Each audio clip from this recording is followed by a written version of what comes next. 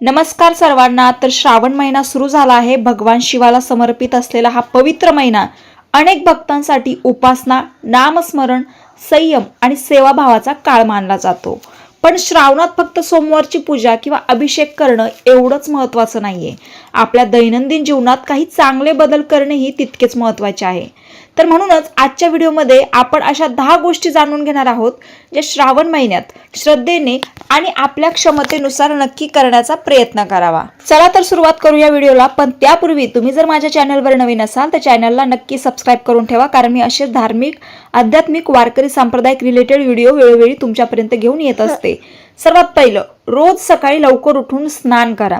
श्रावण महिन्यात शक्य असल्यास सूर्योदयापूर्वी उठून स्नान करून स्वच्छ कपडे घालावेत। त्यानंतर काही वेळ शांत बसून भगवान शिवाचे स्मरण करावे। ओम नमः शिवाय या पंचाक्षरी मंत्राचा जप करता येतो। प्रत्येकाला संपूर्ण श्रावण महिना ह्या सर्व गोष्टी पाळणं शक्य होईलच असं नाही, परंतु निदान जितके दिवस शक्य होईल किंवा श्रावण सोमवारी जरी शक्य झालं तरी अतिशय उत्तम आहे। काही गोष्टी आपण आपल्या स्वतःच्या जीवनासाठी सुद्धा करायला हव्याच। भगवान प्रसन्न होतील म्हणून नाही, तर आपलं मन आपल्यावर प्रसन्न व्हावं यासाठी आपण या गोष्टी अंमलात आणल्या पाहिजे। शेवटच्या 2-3 गोष्टी अशा आहेत जे तुमचं जीवनच बदलून टाकू शकता।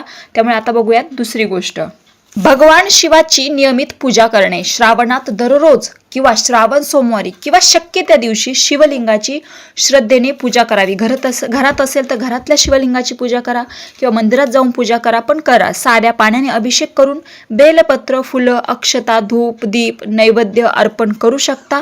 महत्त्वाचं म्हणजे पूजेपेक्षा श्रद्धा आणि सात्विक भाव खूप महत्त्वाचा आहे। तिसरी गोष्ट, शिवलिंगावर बेलपत्र अर्पण करा।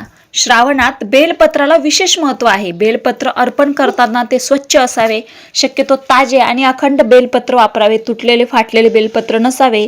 आणि अर्पण करताना ओम नमः शिवाय हा मंत्र म्हणू शकता। अजून महत्त्वाचा एक मंत्र आहे शिवलिंगावर जेव्हा आपण बेलपत्र अर्पण करतो तेव्हा, त्यासाठी मी एक शॉर्ट व्हिडिओ बनवलेला आहे, तो नक्की चेक करा चॅनलवर जाऊन, म्हणजे तुम्हाला समजेल की ओम नमः शिवाय ह्या व्यतिरिक्तही तुम्ही शिवलिंगावर बेलपत्र अर्पण करताना कोणता मंत्र म्हणू शकता। चौथी गोष्ट, रोज महामृत्युंजय मंत्र किंवा शिवमंत्राचा जप करा। ज्यांना शक्य आहे त्यांनी काही वेळ मंत्र जपासाठी देवा। मंत्र जप म्हणजे तुम्ही माळेवर पण करू शकता किंवा नामस्मरणामध्ये म्हणजे तुम्ही फक्त मुखातल्या मुखात तुम्ही नामस्मरण करू शकता शांत एखाद्या ठिकाणी बसून, किंवा यापुढे जाऊन हे सर्व तुम्हाला नाही शक्य झालं तर फोनवर सकाळ संध्याकाळ किंवा तुम्हाला जेव्हा वेळ असेल तेव्हा महामृत्युंजय मंत्र लावून द्यायचा आणि तो ऐकायचा।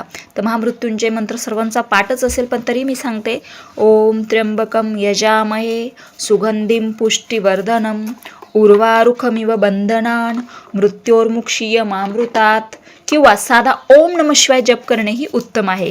मंत्र किती वेळा म्हणायचा यापेक्षा एकाग्रता आणि श्रद्धा खूप महत्त्वाची आहे। तुम्ही हे सर्व नामस्मरण मंत्र जप करत असताना मनोमन किंवा एकांत ठिकाणी बसून भगवान शिवशंकराचं स्मरण करायचं आहे।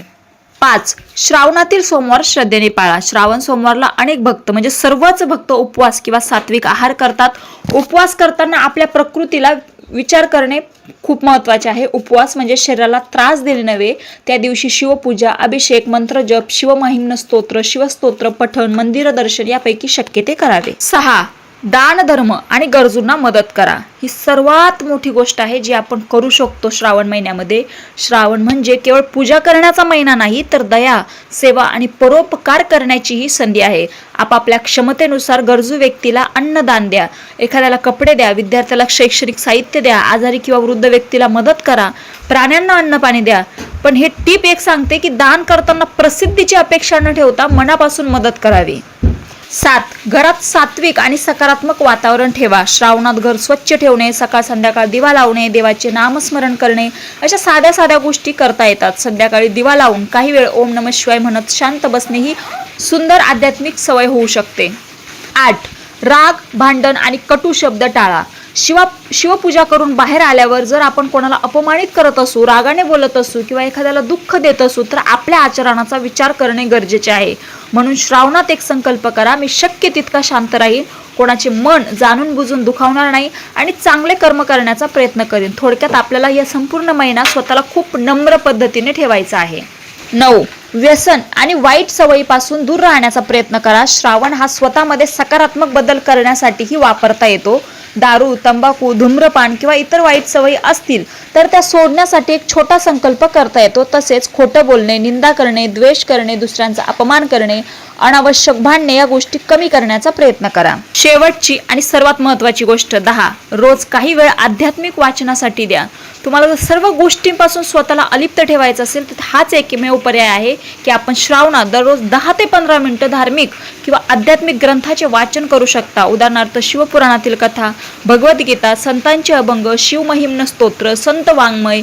पूर्ण ग्रंथ वाचणे शक्य नसेल तरी दररोज थोडं थोडं वाचण्याची सवय लावा किंवा फोनवर कथा, प्रवचन ऐकत जा. हा सर्वात सोपा उपाय आहे की तुम्ही सर्व गोष्टींपासून स्वतःला दूर ठेवू शकता. कारण श्रावण म्हणजे केवळ भगवान शिवाची पूजा करण्याचा काळ नाही तर स्वतःमध्ये चांगला बदल घडवून आणण्याची संधी आहे.